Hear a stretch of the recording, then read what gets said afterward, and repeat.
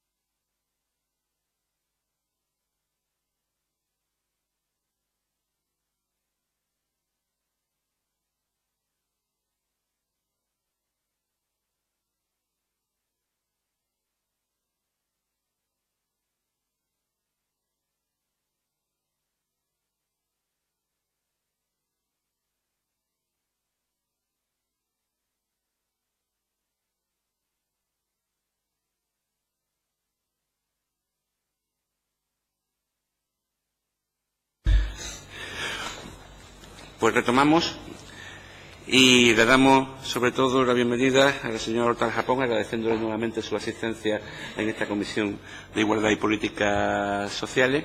y refiriéndole que primero va a tener usted un turno de 15 minutos para la exposición, posteriormente los grupos parlamentarios proponentes, que es el grupo parlamentario de Podemos, tendrá 7 minutos para su exposición, y los demás grupos pues tendrán un tiempo de 3 minutos como no proponente, y cerrará usted nuevamente por un tiempo de 5 minutos para lo que usted tenga bien decir. Ya sin otra cosa, pues le damos la palabra a la señora Hortal Japón. Y gracias a la comisión por invitarnos otra vez a venir a hablarles sobre asistencia personal. Antes que nada, yo quería referirme y recordar a una persona, a un compañero muy querido que ha fallecido muy recientemente, Miguel Rueda Brenes. Y Miguel pertenecía a la Junta Directiva de Vía Andalucía y era un activista de esos, de los de verdad, de trabajar durante muchos años, muchas horas, dedicar mucho esfuerzo a que las personas con diversidad funcional podamos tener una vida independiente, y como saben ustedes, la asistencia personal es una herramienta fundamental para conseguirlo. Miguel, como el resto de los compañeros, creemos todos en la importancia que tiene la representación ciudadana que se concentra en este Parlamento. Y por eso fuimos conscientes desde el primer momento de la trascendencia que tuvo la PNL que se aprobó en esta casa en octubre de 2013 sobre asistencia personal. En ese momento creímos que a corto plazo íbamos a haber hecho realidad, por fin, ese derecho a la vida independiente por el que llevamos luchando tanto tiempo. Pero no ha sido así, y me voy a explicar, y para eso me voy a remitir a los 4 puntos de la PNL, precisamente. Por el primero voy a pasar rápidamente porque, bueno, el primero, el último, que lo incorporó el Grupo Parlamentario Socialista a última hora, y que, bueno, hacía alusión que se realizarían todas las actuaciones en el marco del futuro Plan Andaluz para el desarrollo de los servicios y promoción de la autonomía para las personas en situación de dependencia, que se iniciaría en el 2014. Eso fue, como les digo, propuesta a última hora, se aprobó, pero es evidente que no se ha cumplido. En el primer punto de la PNL, que decía que con carácter de urgente necesidad vital se considere la implantación y el desarrollo de la prestación de la asistencia personal reconocida como un derecho básico, tal como dice el artículo 19 de la Convención, y se planifique un incremento de esta prestación esencial para garantizarlo, determinando el porcentaje al que pretende llegar la comunidad autónoma de Andalucía, el horizonte temporal para conseguirlo y su desarrollo anual. Hombre, a todas luces, este primer punto sigue sin cumplirse. El carácter de urgente necesidad vital no parecía ser motivo suficiente para que se haya desarrollado ya este derecho reconocido por la Convención. Como saben, seguimos en los mínimos establecidos por la ley estatal. Como decíamos el año anterior, hace un año, pues estamos igual, es decir, únicamente para diversidad física se da la prestación, con valoraciones a la baja, solo para mayores de edad, cuantía máxima de la prestación 715 euros para grado 3 y 426,12 para grado 2, deducciones en función de los ingresos, es decir, que para que a una persona con diversidad funcional le concedan el 100% de la prestación, tiene que estar en menos de un IPREN. En el momento que pase el IPREN, ese invento tan maravilloso, que está en 530 y tantos este año, creo, ¿no? Pues si tiene un poquito más del IPREN, pues ya baja al 90%. Y si tu ingresos son 2 IPREN, pues ya va al 80%. Y así vamos bajando hasta llegar al 50% de la prestación. El segundo punto, otra cosa importante es que la contratación solo se puede hacer a través de empresas o siendo autónomo el trabajador, el asistente personal, vamos. Claro, con esos sueldos que se pueden pagar con estas prestaciones tan escasas, pues ¿cómo se va a pagar un trabajador? ¿Cómo va a cotizar el autónomo, no? Imposible. El segundo punto, que dice que se ofrezca de manera habitual y publicitada esta prestación a las personas con diversidad funcional en cualquiera de sus grados. Igualmente, de acuerdo con la Convención, deberán ofrecerse sin restricciones por tipo de diversidad funcional, por edad o en función de las actividades desarrolladas por la persona. Este es otro punto incumplido a día de hoy, porque es que no se ofrece. Nos consta que sigue sin ofrecerse por parte de los trabajadores sociales cuando van a las casas a hacer las valoraciones a las personas que quieren acceder a la ley de dependencia, y en el proceso también del cumplimentar el PIA, suelen decir que no, eso no se está dando. Ellos dicen, eso no se está dando. Es decir, desconocen la prestación. Eso lo sé de primera mano, no se me puede decir que no es verdad, y además son muchísimos los casos que se dan así. Desconocen la prestación o la confunden con la ayuda a domicilio, que no tiene nada que ver, es otro servicio. De hecho, sigue habiendo solo 9 personas que perciben la prestación por la ley en toda Andalucía. Es evidente entonces que el acceso no es que esté restringido ya solo por tipo de diversidad funcional, edad o actividad, sino que es que está restringido a la población en general. O sea, no se ofrece. Los trabajadores sociales ni la conocen, la mayoría, salvo honrosas excepciones. El tercer punto, que dado el carácter de urgencia, posibilita la puesta en marcha de un proyecto piloto que, a la par que muestre de forma tangible los beneficios de la prestación de la asistencia personal, presente un carácter subsidiario, en tanto en cuanto no se desarrolle la prestación de forma efectiva y suficiente según el artículo 19 de la Convención. Este es el único punto que se ha desarrollado, aunque de forma parcial y precaria, como saben. En Andalucía venimos gestionando desde 2015, desde marzo de 2015, un proyecto piloto, es decir, casi un año después de aprobarse la PNL empezamos a rodar. Por lo de que el carácter de urgencia tampoco es que se tuviera muy en cuenta en aquel momento, pero bueno, podemos decir que desde marzo de 2015 se está gestionando este proyecto. Pero nos vimos obligados a aceptar su financiación a través de subvenciones, en convocatoria de concurrencia competitiva. Con lo que conlleva de encorsetamiento y precariedad para el buen desarrollo del proyecto piloto y la buena gestión. No se nos permitió otra posibilidad y sigue sin permitírsenos. Vamos a ver, le explico un poco en el por qué digo que esto encorseta y supone una precariedad a la hora de gestionar el proyecto. Nos vemos, vamos a ver, en la vida de las personas, pues se ven sometidas a vicisitudes, ¿no? No es una línea plana en que todo sucede como está proyectado, programado, en fin. Y bueno, nosotros nos vemos con la inquietud de, por ejemplo, de no sabemos si podremos continuar al año siguiente, porque como es algo graciable, pues dependemos de que se nos conceda nuevamente la siguiente convocatoria. O si nos veremos obligados a paralizar el proyecto durante un tiempo indefinido hasta que llegue el ingreso de la subvención, cosa que ya nos ocurrió al finalizar el primer periodo de ejecución, en el que nos vimos obligados a despedir a los trabajadores durante 2 meses y medio.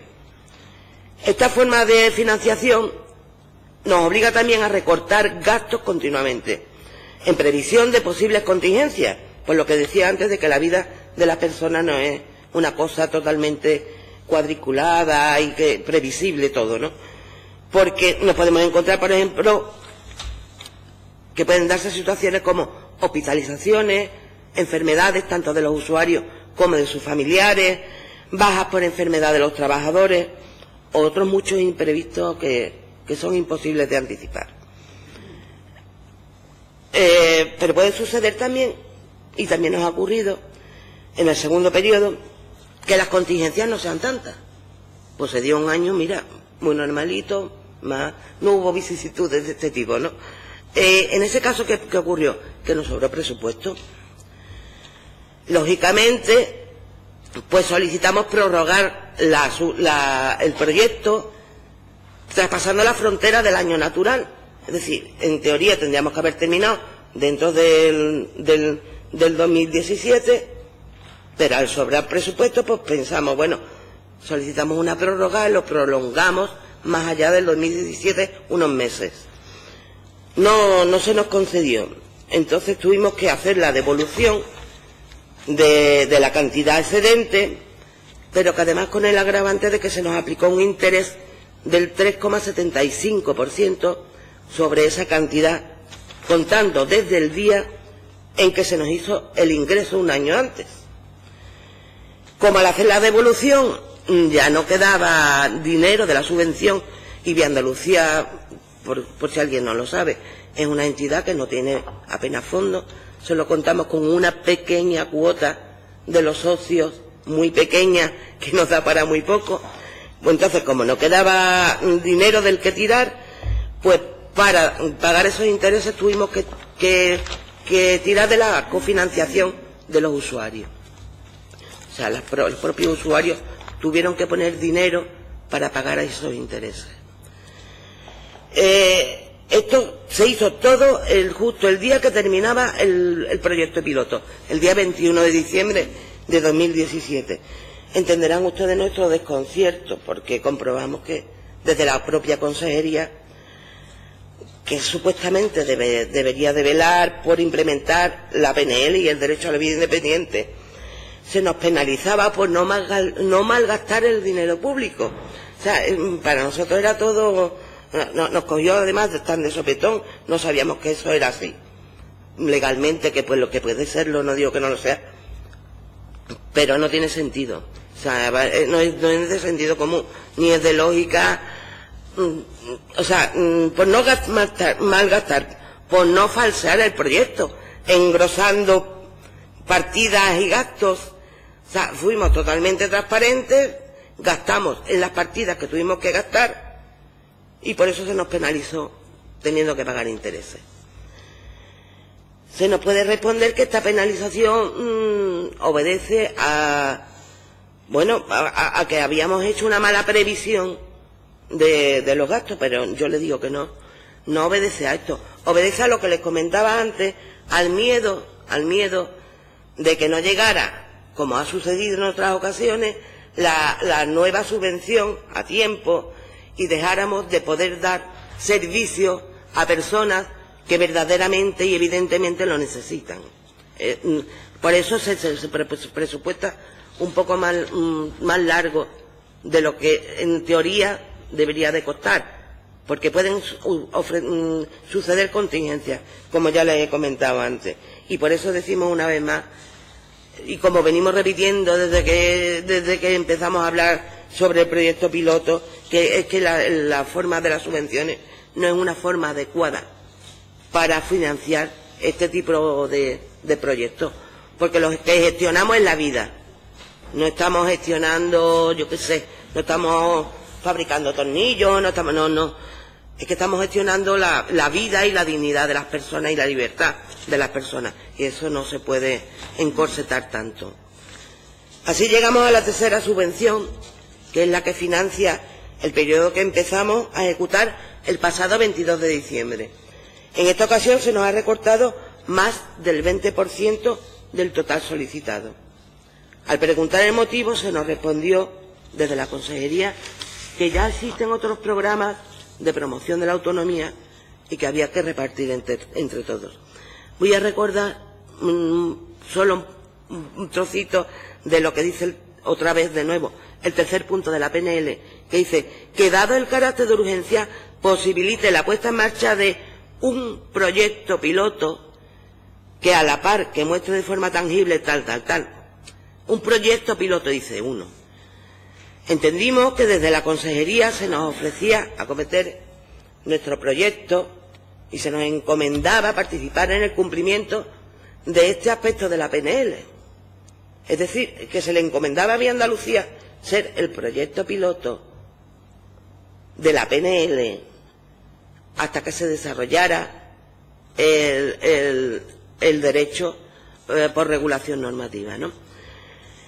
Nosotros creemos estar cumpliendo sobradamente con nuestra parte y les recuerdo que hace un año presentamos la evaluación externa que se realizó a nuestro proyecto del primer año de proyecto, con unos excelentes resultados, un retorno del 3,62 euros por cada euro invertido, retorno económico y social.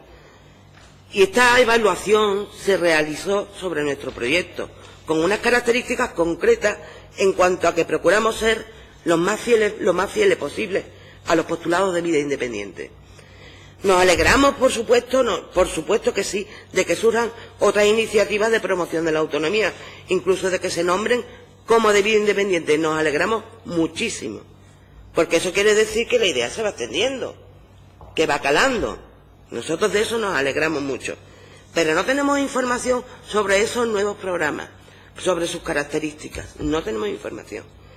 En lo que se refiere, sí, se incluye todo tipo de diversidad funcional, todo tipo de edad, o si se limita según las actividades de los usuarios. Esa información no contamos con ella. Tampoco sabemos si son los usuarios los que cogen con total libertad a sus asistentes personales y gestionan las horas de servicio.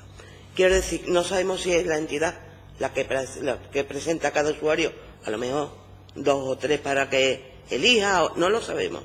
Y si son ellos los que gestionan las horas, es decir, si son los auténticos responsables de la gestión de esa asistencia personal.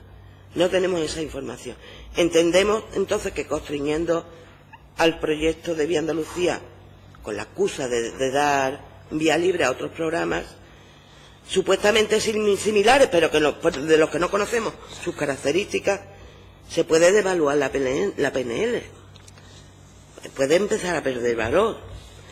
Y también nos tememos que se puedan sentar las bases para una futura regulación legislativa devaluada del derecho universal a la asistencia personal. Es decir, si tenemos muchos programas que sirven como pilotaje y no sabemos cuáles son las características de esos otros programas, ¿qué programas se van a tomar como referente para pilotar el futuro desarrollo de la ley?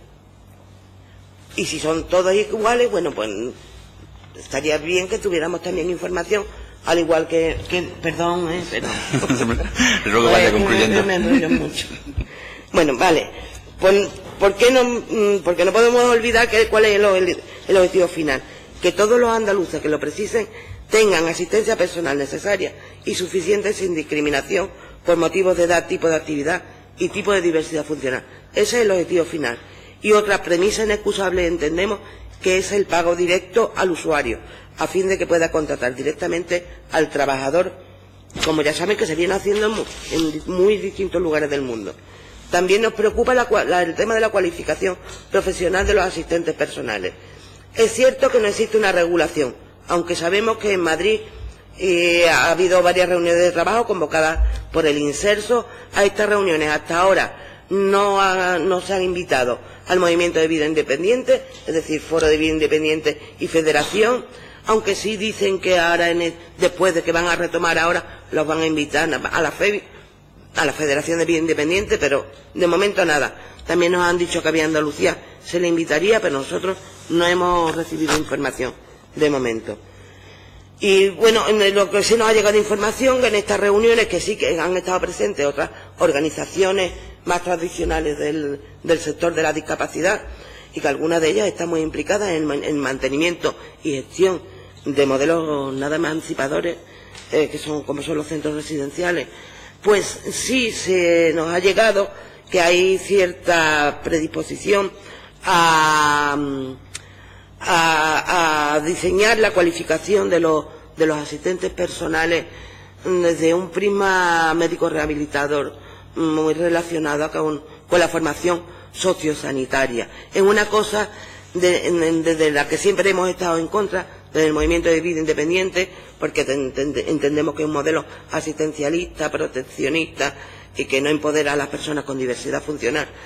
Y siempre hemos defendido, y ustedes nos habrán oído, que bueno, son las OBI, en definitiva, o los usuarios, OBI son oficinas de vida independiente, o los usuarios los que pueden dar una formación a sus asistentes personales, porque somos quienes conocemos nuestras necesidades, nuestras preferencias, nuestros gustos, cómo queremos que se hagan las cosas y cómo queremos, en definitiva, vivir. No creemos que una formación de tipo sociosanitaria sea la adecuada en ningún momento para los asistentes personales. Si es conveniente, sí, que se regule la figura mediante un convenio específico que garantice los derechos laborales de los trabajadores, así como la relación laboral con el contratador. Abogamos porque sea un convenio especial, como en el caso de las empleadas del hogar, pero mejorado en cuanto a prestaciones sociales y económicas, porque ya sabemos cómo es el convenio de las empleadas de hogar, ¿no? Que es muy precario, ¿no? Y solo quería hacer un apunte sobre la intervención de la consejera, que hemos tenido oportunidad de visionarla, que dice que, por ejemplo, para el 2018 están destinados a asistencia personal 500.000 euros y menciona a Predilla, Vía Andalucía. Yo no sé, pero a nosotros desde luego les puedo asegurar que no nos ha llegado la mitad de ese presupuesto, pero ni de lejos, ¿no? Pero ni de lejos. Lo que tampoco hemos solicitado, sin embargo, es ese recorte del 20% y sí lo hemos sufrido. De los 150.000 euros solicitados que solicitó Vía Andalucía, se nos han concedido 119.000, unos 31.000 euros menos que en el ejercicio anterior. Respecto a la cantidad de horas, decía ella que oscilaba entre 7 y 119 horas de asistencia al mes. Eso no es cierto. Vamos, en el caso del proyecto de Vía Andalucía, vale, bueno, de 7 a 84 horas semanales. Señora Tal, le ruego que lo deje el segundo turno que tiene usted con posterioridad y demos paso a los grupos parlamentarios. Pues muchísimas gracias, señora Hortal. Pasamos a la exposición del grupo parlamentario. En primer lugar, los grupos proponentes, el grupo parlamentario de Podemos Andalucía, y tiene la palabra la señora Gómez Corona. Bueno, lo primero, agradecer la comparecencia y la información que nos ha dado a la señora Hortal Japón. Nos parecía que está bien que vinieran aquí, porque es verdad que esa proposición no de ley, ¿no? Ya hemos hablado muchas veces de ella, es verdad que ya ha comparecido en más ocasiones y hemos hablado de este asunto, se habla mucho en comisión, pero existe un problema y es que a veces aprobamos medidas aquí en el Parlamento que no se cumplen y parece que es algo que no pasa nada porque no son obligatorios y no creo que no podemos caer en eso, no podemos consentirlo y en este caso además cuando tiene un efecto tan importante, tan directo sobre la vida de personas que además pues nos parecía muy interesante que vinieran a contárnoslo de primera mano. Yo no voy a dar datos sobre los que ya ha incidido porque precisamente por eso le hemos pedido la comparecencia porque nadie es mejor que el propio Vía Andalucía que usted para contarnos, ¿no?, lo importante que es el cumplimiento de esa proposición no de ley, lo importante que es convertir una prestación que se da en régimen competitivo en un derecho de las personas, en que estamos hablando de llevar una vida digna, que estamos llevando de que un asistente personal no tiene que ser un personal sanitario que te acompañe, sino alguien que te ayude a hacer lo que uno no puede hacer por sí mismo, pero que el que manda en la propia vida es uno, con independencia de que tenga alguna limitación, alguna diversidad funcional. Entonces nos parecía muy interesante que vinieran y además porque hay otro elemento que a nosotros que queríamos también hablar de él y que a lo mejor en la segunda comparecencia. Nosotros sabemos que con la aprobación de la ley de discapacidad, ¿no?, desde Vía Andalucía se plantearon problemas y es que había elementos que a su juicio no se recogían lo suficientemente bien en la ley. Y yo quería que nos lo contara también de primera mano y me parece que en el segundo turno también es un buen momento para que nos diga exactamente por qué cree que la ley de discapacidad, la ley de atención y derechos de las personas con discapacidad que aprobamos hace unos meses,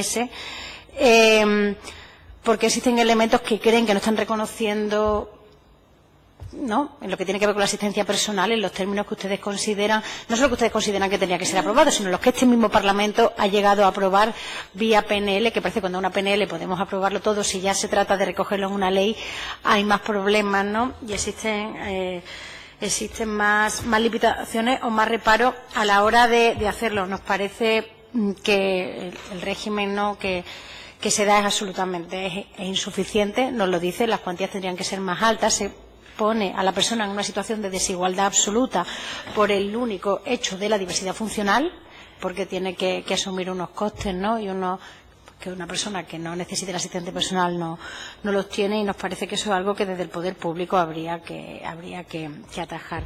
Por tanto, yo no voy a hablar más porque creo que usted ya nos ha dado toda la información que queríamos, pero sí pedirlo, ¿no?, que nos hable de ese punto en relación a la ley de discapacidad en su segunda comparecencia, porque nos gustará oírlo, aunque lo hemos hablado en alguna ocasión, pero nos parece importante que se diga en sede parlamentaria aquí en la comisión. Muchas gracias. Muchísimas gracias, señora Gómez Corona.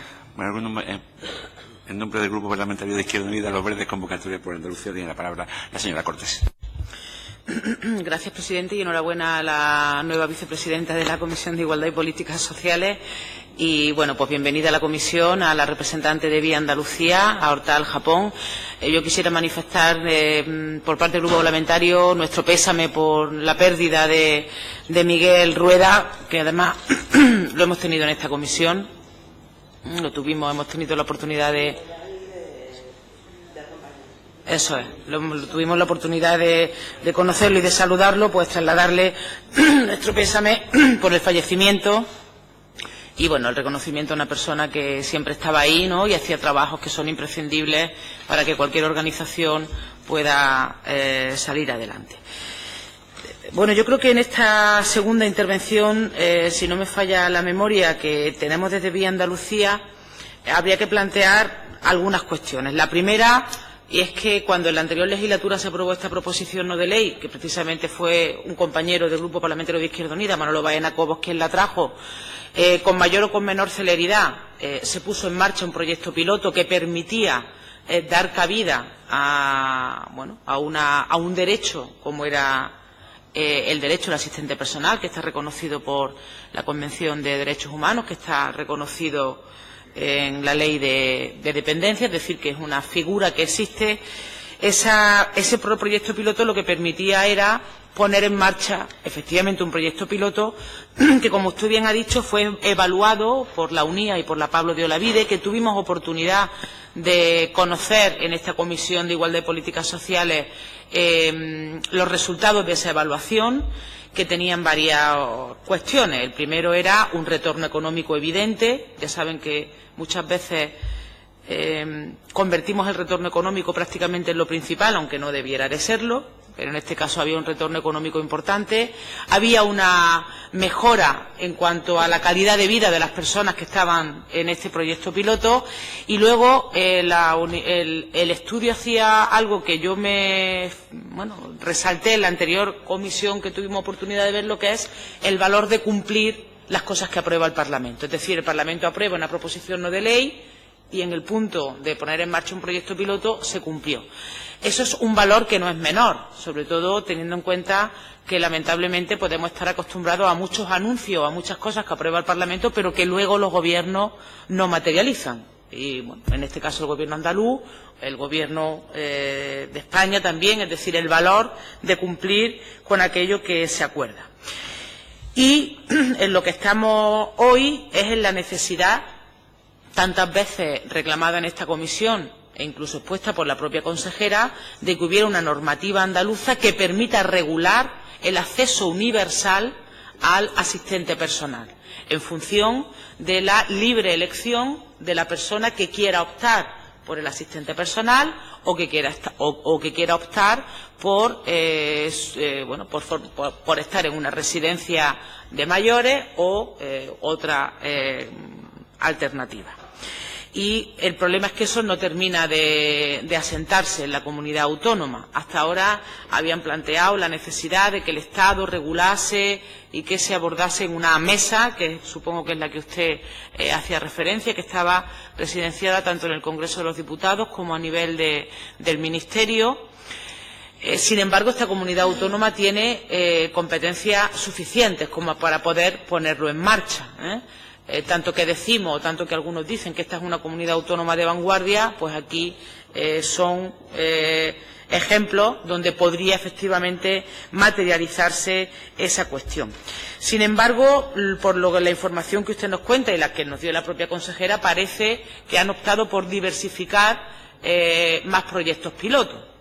que no es que nos parezca mal, el problema es que creemos que eso va a retrasar sine die una regulación del asistente personal en la comunidad autónoma. La propia consejera, en la comparecencia que le pedimos después de su comparecencia anterior, reconoció que las personas no piden el asistente personal por desconocimiento y porque efectivamente no se ofrece por parte de las personas que valoran el grado de dependencia en esa primera o segunda entrevista o tercera entrevista cuando se hacen reevaluaciones de la PIA, del plan de intervención. Con lo cual estamos ante una realidad que necesitamos cambiar y lo que necesitamos es que el Gobierno andaluz regule mediante normativa este asistente personal. Por otro lado, no entendemos este recorte que ha sufrido la subvención en el año 2018, máxime, como efectivamente usted ha recordado, la consejera hablaba de medio millón de euros a lo largo de este 2018 para invertir en asistente personal. Y Vía Andalucía tiene 119.000 euros. Nos interesaremos a través de pregunta a la consejería cómo se ha ido o cuál es el destino del restante de ese monto de medio millón de euros. En cualquier caso, nosotras desde el Grupo Parlamentario vamos a insistir en la necesidad de que el Gobierno andaluz regule esta normativa, tiene competencia para poder hacerlo y cuando la dificultad está en el dinero, que es otra de las cuestiones que se ponen encima de la mesa, yo quisiera recordar que de motu propio, desde luego con la inestimable colaboración del Grupo Parlamentario de Ciudadanos, a lo largo de lo que llevamos de esta legislatura se han hecho rebajas fiscales, como el impuesto de sucesiones y donaciones o los tramos del IRPF, de un montante de dinero importante que podría destinarse, entre otras cuestiones, a necesidades tan urgentes como las de Vía Andalucía. Porque, y con esto ya termino, cuando comparecen en esta comisión Vía Andalucía y los diputados tenemos la oportunidad de escucharlos y de saber cuáles son las mejoras y los beneficios que tienen para las personas, y todos nos ponemos en sus zapatos, ¿no? Decimos, pues si a mí me pasara esto, seguramente querría tener la oportunidad de decidir si quiero que me ingresen en una residencia o quiero tener una vida independiente. Pero eso creo que dura la media hora de la comparecencia, porque cuando se hacen los presupuestos de la comunidad autónoma, desde luego eso deja de ser una prioridad.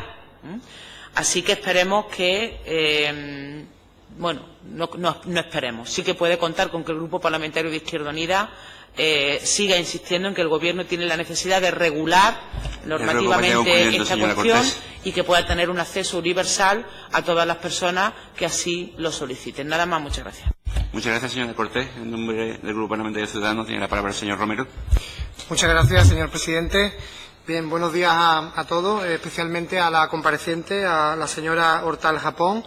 Bueno, en primer lugar, como no puede ser de otra forma, no le sonará a mi cara porque no soy miembro de esta comisión y por problemas de fuerza mayor mi compañera Marta Bosqué, a la que sí me consta que conoce y que ha tenido siempre muy buen trato con ella, pues no ha podido asistir durante la mañana de hoy. Por lo tanto, de forma un poco inesperada, me ha tocado a mí, hacer alusión y escucharla en su comparecencia, ¿no? Precisamente porque ella es la que está como portavoz del Grupo Parlamentario de Ciudadanos en esta comisión y la que lleva trabajando mucho tiempo en ella.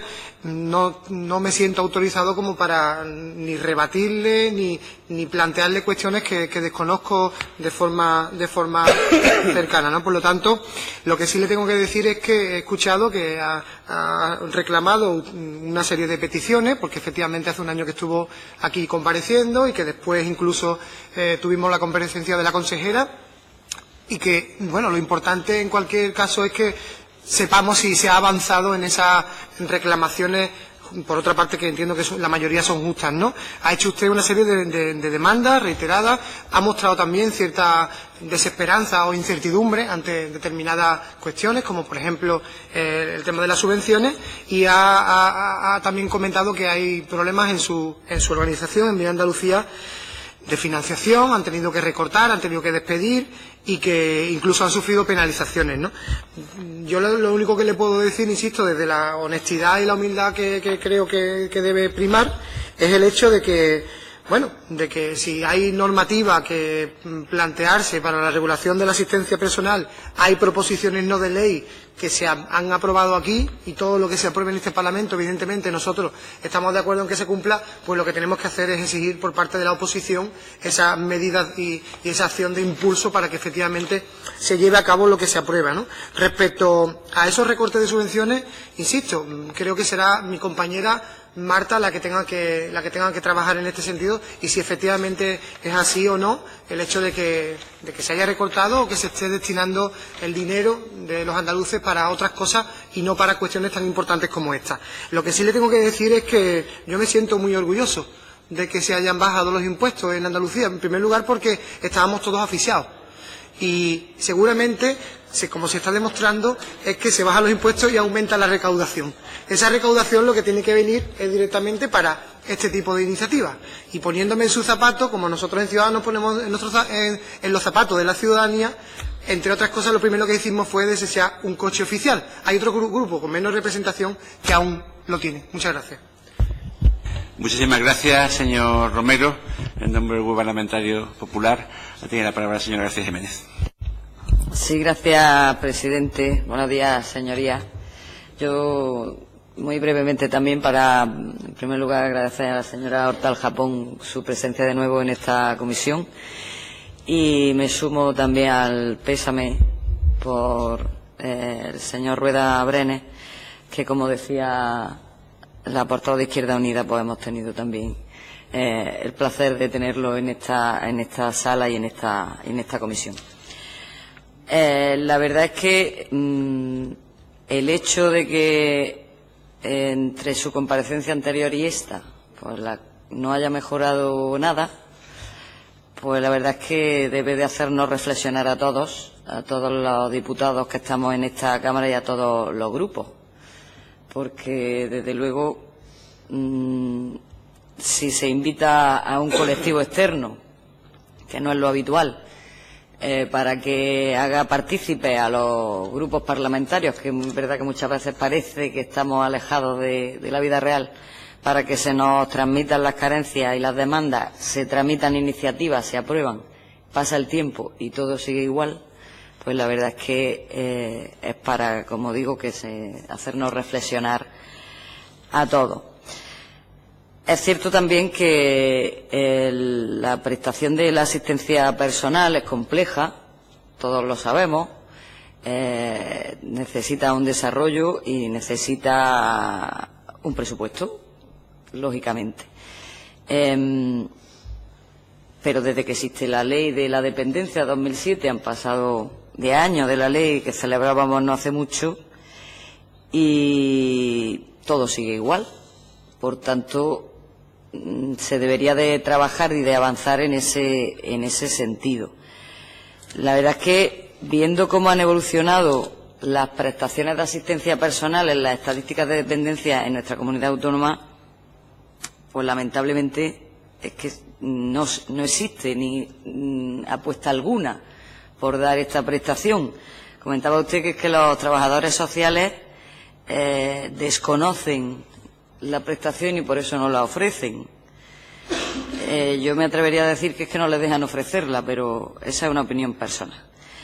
Y es que, como les decía, viendo las estadísticas, desde 2007 que se aprueba la ley, se empezó dando esa prestación. La máxima fue en enero de 2010, teníamos 32 prestaciones concedidas, y luego en enero del 12-14, en el de 2014 seguíamos con 14, en 2016 ya bajamos a 10 y desde entonces venimos con 9 en toda la comunidad autónoma.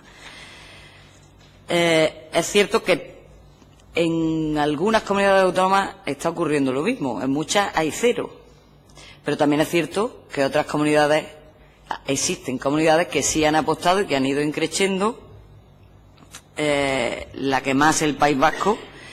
Pero bueno, en Madrid, Castilla y León y Galicia, por ejemplo, se han ido sumando y dando esta prestación, que como digo aquí se empezó a dar hasta el año 2010 y en 2010 ya se decidió que no se iba a dar más y ha ido menguando, me imagino que porque ha habido personas dependientes que han ido falleciendo, sin ningún lugar a dudas.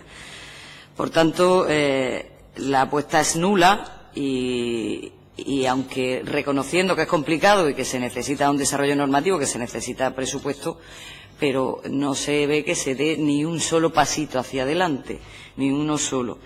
De hecho, la autonomía personal, de la que también habla la ley y de que siempre ha estado como un poco secundaria, donde se ha primado o se está primando con los planes que se aprueban aquí, nuestra comunidad autónoma es en el grado 1, pero en el resto de grados no.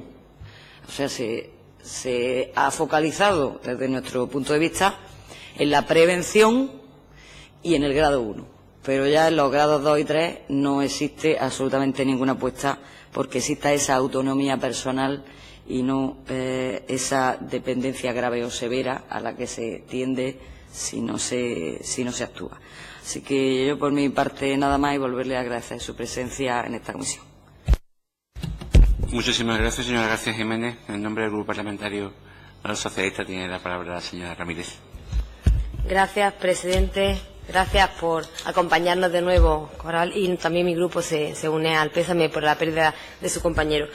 Es verdad que hemos tenido oportunidad de escucharla en varias ocasiones y entendemos y podemos comprender las reivindicaciones que hace suya.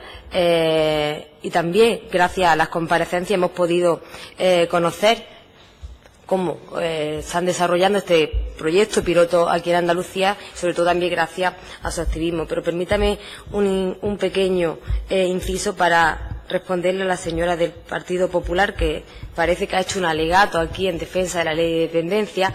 Han iniciado una campaña de la ley de dependencia que no es más que tapar las vergüenzas que está haciendo su partido a nivel nacional, que por muchas veces que repitan una mentira no se convierte en real, señora García, y ustedes están demostrando la falta de compromiso que tienen con la ley de dependencia de este país. Es más, la lapidaron desde el minuto cero que llegaron al gobierno, así que vamos a dejar un poco el descaro a un lado y no decir estas cuestiones, este alegato aquí, cuando sabemos que después son incapaces de levantar la voz donde tienen que hacerlo. Aquí podemos comprender las reivindicaciones, como decíamos, y claro que las defendemos. De Andalucía se ha defendido también esta prestación. Además, vemos que es fundamental para poder desarrollar una vida independiente, como ustedes reclaman, pero es necesaria la regulación. Y la regulación todos sabemos que es necesaria y es urgente que surja una regulación que se haga teniendo en cuenta, muy importante, las aportaciones de todas las comunidades autónomas y, por supuesto, las aportaciones de las entidades que estáis trabajando en ello. En Andalucía se conoce como los resultados que están dando gracias, como decía antes, a ese proyecto piloto. También hemos tenido conocimiento que hay un grupo de trabajo constituido en el Ministerio para desarrollar la prestación de la asistencia personal. Creemos que hay una reunión el día 21, según no hemos podido informar, una reunión en la que se ha forzado por parte también de Andalucía, especialmente, todas las comunidades autónomas, pero Andalucía especialmente, para tratar el borrador de regulación. Y también creemos, según nos han informado, que la Federación de Vida Independiente y el CERMI también van a estar representados en esa reunión. Esperemos que en ese grupo de trabajo se avance porque, como decía antes, sin regulación a nivel estatal no tendremos garantizado una financiación. Y ya sabemos cuando se regula y no existe financiación ni compromiso, lo que estamos viendo con la ley de dependencia, que había un compromiso del 50%, comunidad autónoma, y 50% del Gobierno central, y estamos viendo dónde está el compromiso del Partido Popular, que va por el 18%. Por eso, desde Andalucía, exigimos al Ministerio esa reunión y exigimos que haya un compromiso, un borrador, que donde estén todas las partes de acuerdo, claro que sí, el mayor acuerdo posible en ese borrador, para así garantizar que esa prestación llegue a las comunidades autónomas y sobre todo lleguen a las personas que la están demandando, y así podrán conocer ese recurso, que es verdad que puede ser desconocido por muchas personas, desconocido el recurso de asistencia personal. Podremos conocerlo porque habrá un compromiso por parte del Estado en financiar ese recurso. Ahí van a encontrar a Andalucía, y Andalucía se compromete siempre que exista una regulación estatal. Además, Andalucía también tiene los borradores, se han conocido los borradores que han presentado las entidades como CERMI, incluso habiendo diferencias se pueden llegar a un acuerdo importante, porque lo fundamental es que se desarrolle y se regule, como decía anteriormente. Incluso habiendo diferencias en los documentos, en ese grupo de trabajo tiene que salir un buen acuerdo para que haya una buena aplicación de este recurso y no nos encontremos diferencias de territorio. Y yo, por ir acabando, porque la protagonista en este caso es usted, la que viene a ponernos luz en este camino, sin más decirle que por parte de nuestro grupo compartimos el objetivo fundamental de sus reivindicaciones, que es vivir de forma independiente, pero lo hacemos exigiendo la parte que le corresponde al Ministerio, que es que regule esta prestación y que haya una aplicación igualitaria en todo el territorio español. Gracias. Muchísimas gracias, señora Ramírez. Y ahora, para concluir esta comparecencia, nuevamente tiene la palabra la señora Hortal. Bueno, a la pregunta que me hacía la portavoz de Podemos, es que la ley de derechos de las personas con discapacidad, lo que se ha aprobado sobre asistencia personal es nada, es decir, se menciona y nada más. Ahí no hay nada, no hay desarrollo de lo que debería ser la asistencia personal, no se define, no se presupuesta, en fin. Que es que por eso nosotros nos quejábamos de lo que había salido en la ley con respecto a este aspecto y otros también, pero bueno, en concreto sobre la asistencia personal es que no hay nada. Entonces, y un poco yo, por no ir uno por uno, voy a decir varias cosas que creo que pueden aclarar nuestra visión del asunto. Que, por ejemplo, una cosa que quería comentar, que me llamó mucho la atención cuando vi la comparecencia, la última de la consejera, hace mucho hincapié en lo del País Vasco, como si lo del País Vasco fuera algo, no sé, algo muy raro, yo no sé qué es lo que le vende malo a eso, pero yo les voy a explicar en parte por qué se ha dado esa situación en el País Vasco. Es porque allí hay un decreto foral que es del 25/2009 que permite a los usuarios contratar directamente, y eso ya ahí ya lleva andado a la mitad del camino, porque puedes contratar directamente según ese decreto. Se ha publicitado desde el gobierno y se ha promocionado la prestación, y además se establece un copago más favorable, porque se copaga a partir del 250% del salario mínimo interprofesional.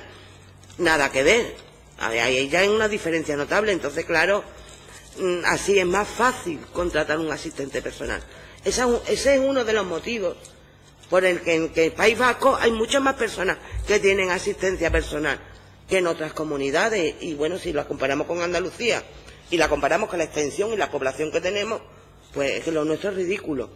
Y quería comentar que bueno, que se habla, y yo entiendo lo de los recortes, y que es el gobierno central y que es el inserso, que yo lo entiendo todo, y que todo eso hay que hacerlo, pero vamos a ver que tenemos claro que Andalucía tiene competencias, y como se ha dicho por aquí, es verdad, desde que salió la ley no hemos avanzado ni esto, nada.